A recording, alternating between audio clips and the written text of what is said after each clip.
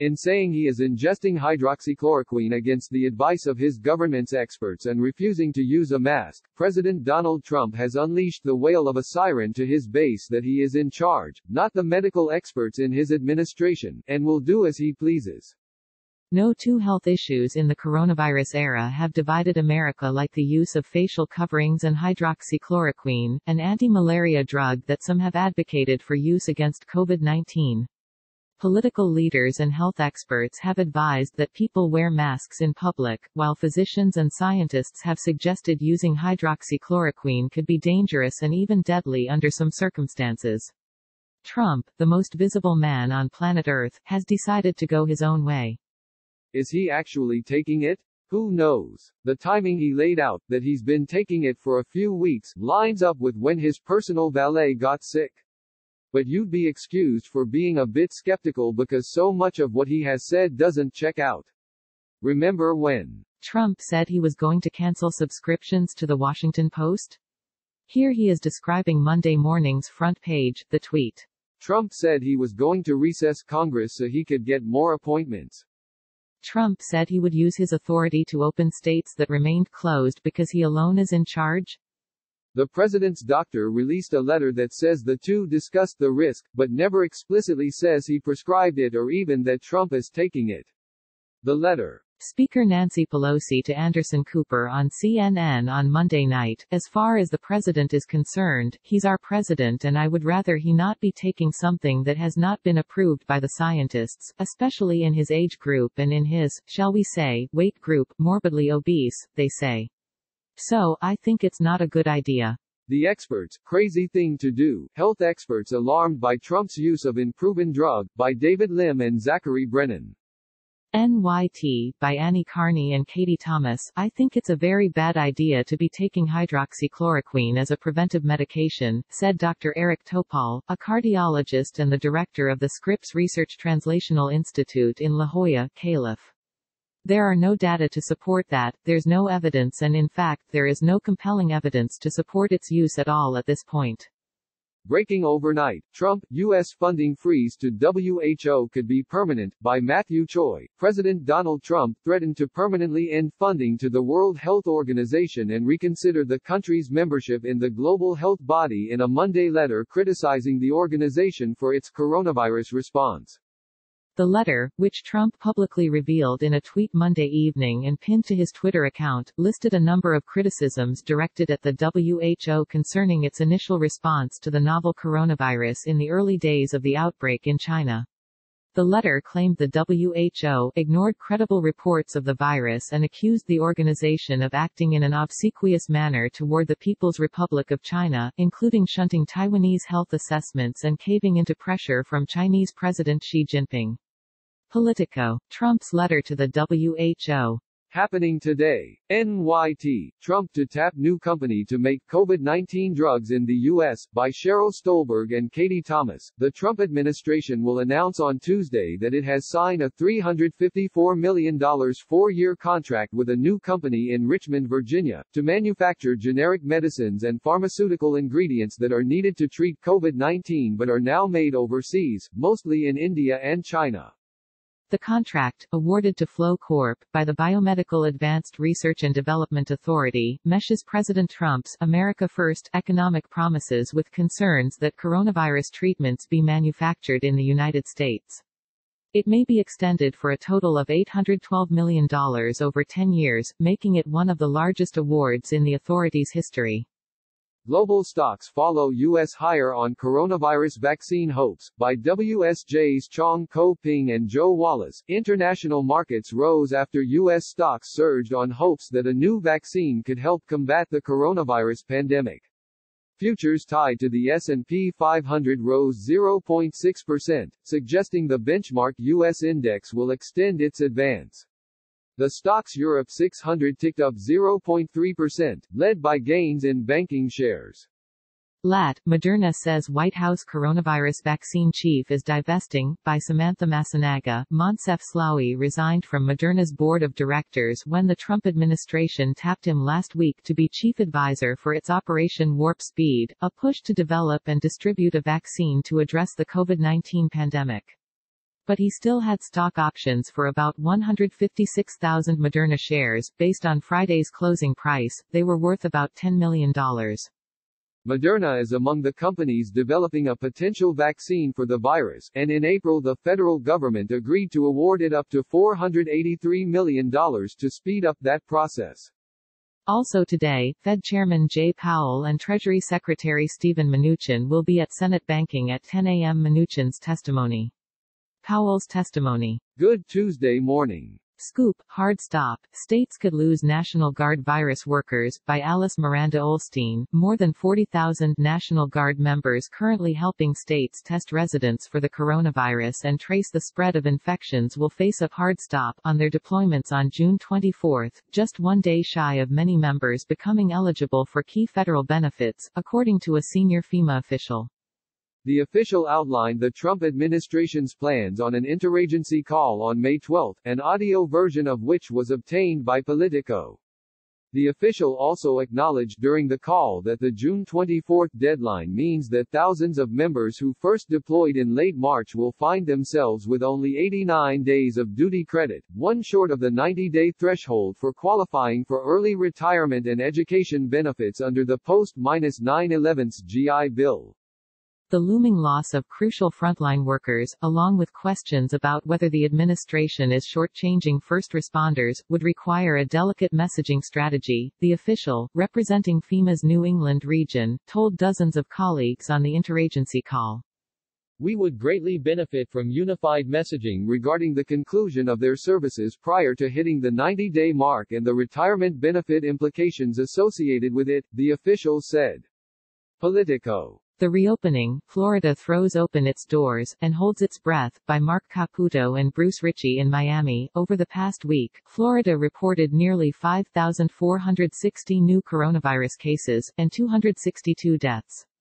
On Monday, the state threw open its doors to residents and tourists itching to get back to a semblance of normal. The urban centers of Miami-Dade and Broward counties, which have remained largely closed, joined the rest of the state in slowly reopening businesses as Florida became one of the largest states in the nation to test how to reopen commerce amid a pandemic. Gyms can open back up and restaurants can double capacity, to 50%, across nearly all of Florida. Governor Ron DeSantis is pushing theme parks, a lifeblood of the state, to open, and professional sports leagues to set up shop. The full Phase 1 reopening is an experiment with life and death consequences for people, the health of the Florida economy and, potentially, President Donald Trump's chances of winning the nation's biggest swing state and therefore his re-election. Politico. D.C. sees potential reopening on horizon as Virginia Beach set to reopen Friday, by WAPO's Aaron Cox, Pinot Narapal and Laura Vizela, with the daily coronavirus death counts relatively flat or declining in D.C., Virginia and Maryland. Local leaders announced further efforts to inch back toward normalcy on Monday. D.C. Mayor Muriel E. Bowser, D., said that if current trends hold, she could announce a date for reopening sectors of the city's economy as soon as Thursday. She intends to describe her plan in greater detail later this week and said the city is 6 days away from meeting the goals she set to safely reopen. In Virginia, Governor Ralph Northam, D., announced the first beaches in the state will be open for swimming and sunbathing on Friday, just in time for Memorial Day weekend, and welcome news to the merchants who urged the governor to let them compete with newly reopened beachfront businesses in North Carolina and Maryland. WAPO. AP, Gallup, NM, Outbreak on Edge of Navajo Nation Overwhelms Rural Hospital, by Morgan Lee.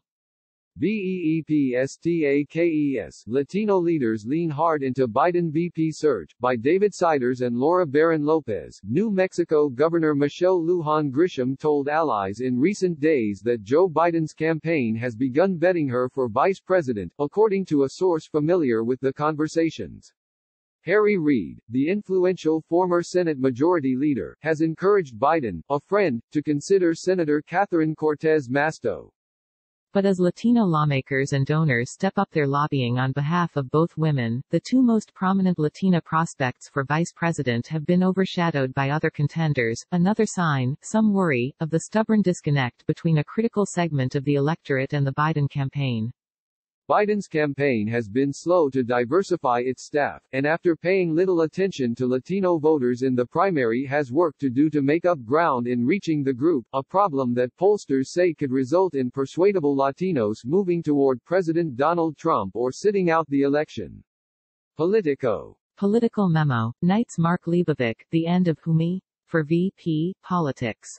Israel preps for Biden. Barak Ravid of Israel Channel 13 and Axios, Israeli ambassador lobbies for West Bank annexation, fearing Biden victory.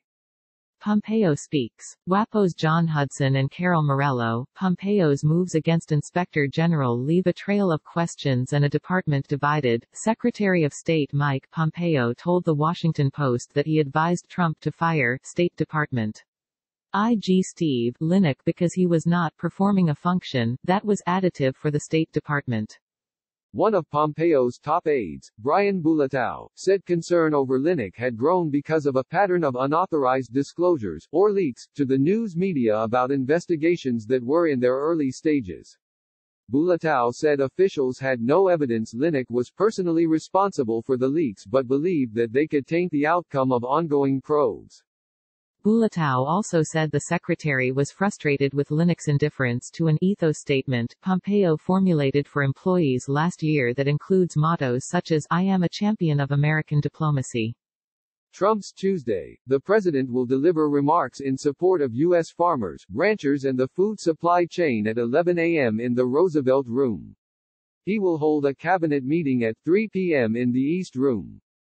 Knights Ken Vogel in D.C. and Ben Hubbard in Beirut, jailed Saudis seek influence in Washington to counter Crown Prince. A former senior associate of the jailed Prince Salman bin Abdulaziz bin Salman Al Saud on Friday signed a $2 million agreement to retain Robert Strike, a Washington-based lobbyist who is well connected in Trump administration foreign policy circles, to advocate for the release of the prince, according to a contract.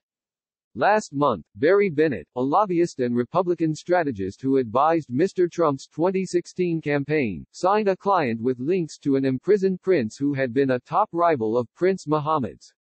And another imprisoned royal, Princess Basma bint Saud, a daughter of Saudi Arabia's second king, has gone public with pleas to be released from detention, while her representatives have quietly reached out this month to lawyers and consultants in Washington and London about rallying support for her cause. Around the world, as U.S., Europe reopen more, big nations see rising virus toll. Nick Perry in Wellington, New Zealand. American car makers are getting back to work and Europe is continuing to reopen. But while new coronavirus cases have been declining in many countries that were initially hit hard by the pandemic, cases are rapidly rising in other populous nations. Russia and Brazil now sit behind only the U.S. in the number of reported cases. And cases are spiking from Mexico to India. Some places have seen encouraging signs reverse. Iran reported a steady drop in new cases through April only to see them rise again in May. AP. Big in Europe, Berlin buckles on bonds in €500 billion Franco-German recovery plan, by Matthew Karnischnig and Rim Montes. Berlin dropped its long-standing resistance to common European bonds, as Chancellor Angela Merkel and French President Emmanuel Macron agreed to a blueprint for a €500 billion recovery fund to help the countries hardest hit by the pandemic get back on their feet. Under the plan, the recovery fund would be fully financed by debt issued by the EU and backed by all 27 members. The money would be distributed by the European Commission in the form of grants as part of the bloc's normal budget and repaid over the long term by the EU. While the proposal was welcomed by the European Commission, it would require the approval of all EU member countries, which promises to be a tortuous process, to be realized. Countries such as Austria, the Netherlands and Finland, which share German traditions of parsimony, are likely to oppose the plan, or at least try to.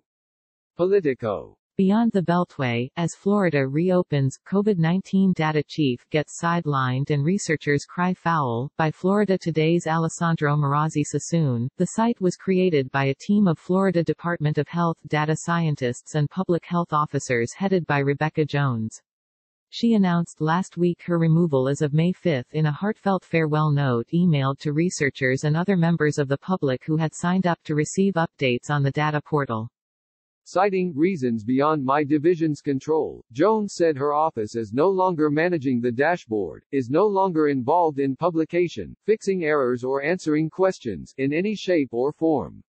She warned that she does not know what the new team's intentions are for data access, including what data they are now restricting. Florida Today. Back to basics, the need to go is a big barrier to going out. Why public bathrooms are a stumbling block for reopening, by WAPO's Mark Fisher. Whether it's the mall, restaurants, concerts, ballparks or even drive-in movie theaters, Americans are making it clear, they won't be ready to go out to their favorite destinations until they feel confident about being able to go to the bathroom, that is. The idea of a return to life in public is unnerving enough for many people. But it turns out that one of the biggest obstacles to dining in a restaurant, renewing a doctor's appointment or going back to the office is the prospect of having to use a public restroom, a tight, intimate and potentially germ-infested space. It's a hurdle vexing many business owners as they prepare to reopen in a time of social distancing, reduced capacity and heightened anxiety about the very air we breathe. WAPO. The future of travel, the new airline travel, fewer flights, more layovers, rules for bathrooms, by WSJ's Allison Sider, Benjamin Katz and Mike Cherney. A new age of air travel is taking shape. Airports and airlines are rolling out temperature checks for crew and, increasingly, passengers, as well as thermal scans to spot people with elevated body temperatures. Face masks are now de rigueur for travelers across the U.S. Passengers on Europe's biggest budget carrier must raise their hands to use the toilet. Forget about the perks of priority boarding at Air France. The carrier is one of several boarding passengers seated at the back of the aircraft first, to limit traffic jams in the aisle. Many airlines are removing in-flight magazines, scrapping meal services on shorter routes, and parking the duty-free cart. Getting off the plane at the end of the flight could take even longer than usual as airlines try to control the typical crush, with some saying flight attendants will queue small groups when it's their turn to stand up. WSJ. Phantom Super PAC says it returned donations, by Zach Montellaro. A Phantom Super PAC that reported dropping millions on the battle for the Senate said in a report that it was returning money to its alleged donors following an investigation from Politico. Politico reported earlier this month that there was scant evidence that Americans for Progressive Action USA, a super PAC created earlier this year, was actually spending the millions of dollars in outlays it reported to the Federal Election Commission. 6 ad makers and advertising platforms listed in the filings said they've never heard of the super PAC and have no records of doing business with it. Since then, no ads from the Super PAC have appeared on television or in the public databases of either Facebook or Google. The filing also had other inconsistencies, including several vendors listed as doing business in Washington not appearing in a public database maintained by the District of Columbia government. Politico. Note, entries in the FEC system say, refund due to Politico, and refund after MONTELLARO. Send tips to Eli Okun and Garrett Ross at Politico Playbook at Politico.com. New, former acting DHS Secretary Kevin McAleenan, Patrick Flanagan and Dan Tansiar are launching Pangium, a trade and travel consulting firm. McAleenan and Flanagan do not plan to lobby. Limited lobbying services may be considered by other members of the firm, though it is not expected to be a significant part of the business. Transitions. Rudy Olivo has started as Deputy Director of Strategic Initiatives in the VP's office. He most recently was White House liaison at the Department of Labor. William Kerwin Lane III has joined DOJ's Civil Division front office as a counsel. He previously was a constitutional and appellate litigation associate at Kirkland & Ellis. Chris Massey has been hired as Head of Global Government Relations and Public Affairs at Chime, an online and mobile bank startup. He most recently was SVP of Government Relations and Public Affairs at telemedicine company HIMSS, and is a Square and Lyft alum. Welcome to the world, Dana Klinghoffer, VP of Comms at NBC News, and Daniel Cuney, founder of KGM Theatrical, welcomed Joshua Foster Cuney on Sunday. He came in at 9 pounds, 8 ounces. Pick. Brandon Vervilde, Comms Director for Representative Kelly Armstrong, RND, and Rachel Vervilde, Chief of Staff to Representative Glenn Grothman, RWIS, welcomed Hank Vervilde on April 19. Pic. Parai Modi, an associate at Arnold and Porter, and Chris Merchant, an engineer at NASA, welcomed Lalana Sulachana Merchant on Thursday. Pic. Birthday of the day, David Marin, Head of Government Affairs at Milan. A trend he thinks doesn't get enough attention. This probably is getting attention, but can never get enough. I'm struck daily by the acts of kindness I'm seeing. And if not for this unlikely reconnection with old friends. And the rise of storytelling that feeds those reconnections. The sharing of memories. The shared hunger for that. All this, but also the greatly enhanced culinary skills of teens like mine.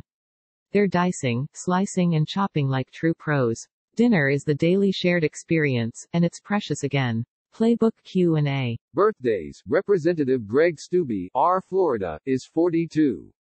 Ali Brandenburger, Charlie Spiring, Breitbart White House correspondent, is 38. David Hartman is 85. Brian Harrison, Chief of Staff at HHS. The Daily Beast's Michael Daly. Sidney Simon, Media and Comms Specialist at the German Marshall Fund, is 3-0. Carol Guthrie, Head of Public Affairs and Media for the OECD. Keith Richburg, Brian McKeon, Ernst & Young's Bob Schelles, former Senator Mark Andrews, RND, is 94.